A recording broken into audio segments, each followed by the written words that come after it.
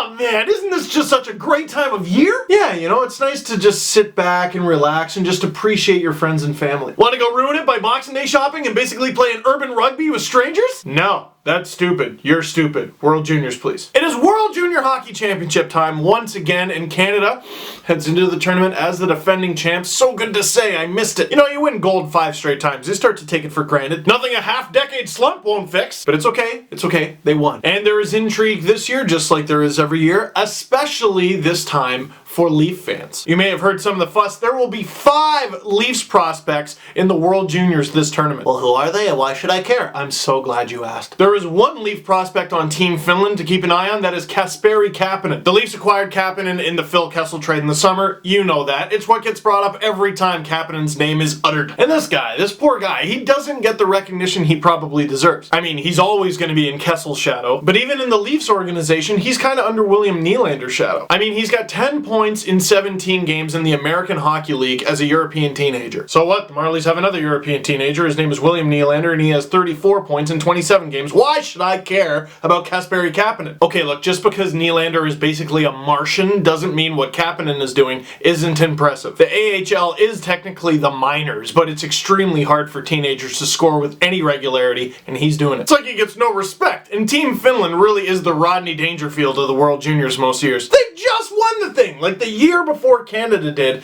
and no one seems to really talk about them as a contender. It's always Canada, the States, and Sweden. But Finland should be a big part of it again this year, like they are every year, and if they're going to be, Kapanen is going to be a big part of it. Now Sweden, this is going to be a team that everyone should watch. Leaf fans for obvious reasons, but in general, they're going to be sick. They're starting to get into, uh-oh, I hope our expectations aren't too high and they disappoint territory. But it's kind of amazing that William Nylander is in this tournament right now. It's kind of amazing the Leafs released him. Because, you know, of course, if he wants to play for his country and be in the World Junior Tournament, you should absolutely let him. I get that. At the same time, if you're the Leafs, he currently leads your minor league affiliate in scoring. In fact, he leads the entire American Hockey League in scoring. Nylander has 34 points in 27 games. There are 2 guys tied for second. They only have 28 points, and they've played 1 more game than Nylander has. So it's nice that the Leafs released him. As a hockey fan, I'm glad the Leafs released him.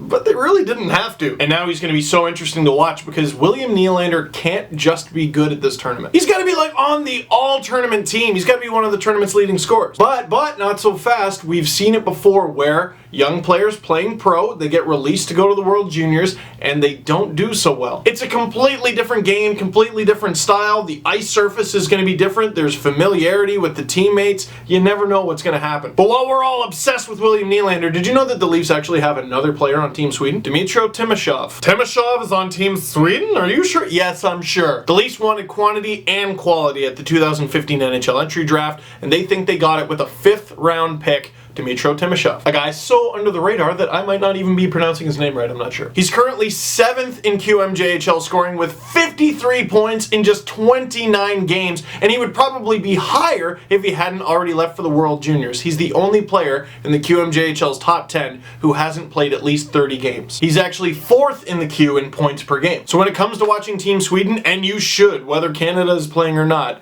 come for Nylander, stay for Timashov. And now for the final 2 Leaf prospects on, Team Canada. Oh, it's wonderful. You may have heard this is the first time the Leafs have had 5 prospects in the World Juniors since 2003, and all 5 of those prospects were on Team Canada. Ian White, Matt Stajan, Kyle Wellwood, Brendan Bell, and Carlo Koliakovo. In 2015, Canada has Travis Dermot and Mitch Marner. While Mitch Marner's hogging all the attention for obvious reasons, Travis Dermot's a great story. The Leafs managed to nab him at the most recent NHL draft with their 2nd round pick, 34th overall. And he had 45 points in 61 games as a defenseman. Very impressive. No. Actually, he only scored points because he played with Connor McDavid. Now, so far this season, he has 27 points in 29 games.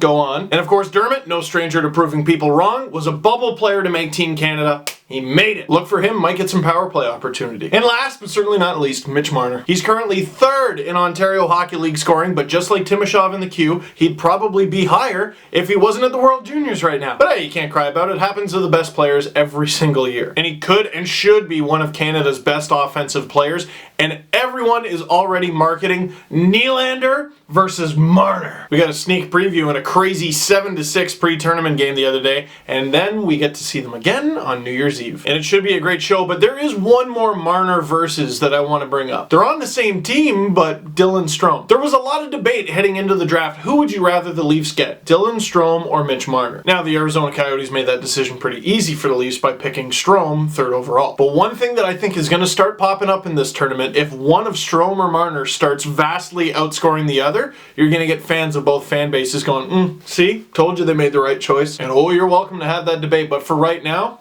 same jersey. So which Leaf prospect are you most excited to see at the World Juniors? Which prospect of any other team are you most excited to see? And I guess most importantly, who do you think's going to win?